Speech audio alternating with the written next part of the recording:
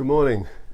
So I wanted to talk a little bit about e-cigarettes or vaping, which of course has become quite a big thing in the last, I don't know what it's been, 5-10 years since they first came out. Of course, vaping and e-cigarettes first came out with the promise that they would help people get off regular cigarettes and be much safer for people because you're not inhaling all of the tars and carcinogens and things that cause cancer and stuff like that.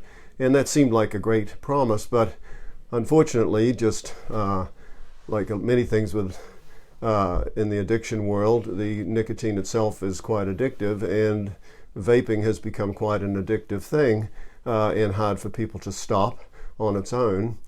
And one of the reasons is because of the flavorings that have been added, particularly it seems to appeal to children or people who never smoked in the first place.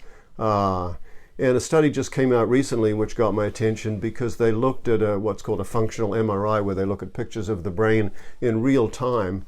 And they looked at people vaping nicotine with flavorings and then without flavorings. And what they found was that when they added flavorings to it, it activated not only the reward system of the brain, the dopamine being released, and which makes things addictive, but also the taste, as you can imagine, and the smell parts of regions of the brain.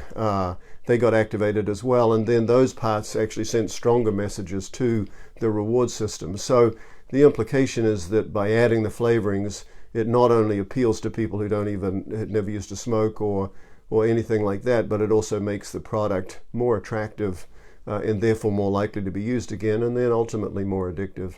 So, are they a good thing or a bad thing? Well, I think it doesn't make sense to produce a product that does make it too attractive with the addition of the flavorings. There is some evidence that people switch to the vaping instead of cigarettes, and that's a good thing. Not a lot of evidence as to how easy it is to then get off the vapes, once you've made that transition. But the real tragedy is kids who are trying this who never smoked in the first place. And so we've created, unfortunately, a whole group of people who are now addicted to nicotine, have got those pathways going in the brain that never smoked in the first place and probably wouldn't have, because smoking is so socially unacceptable these days.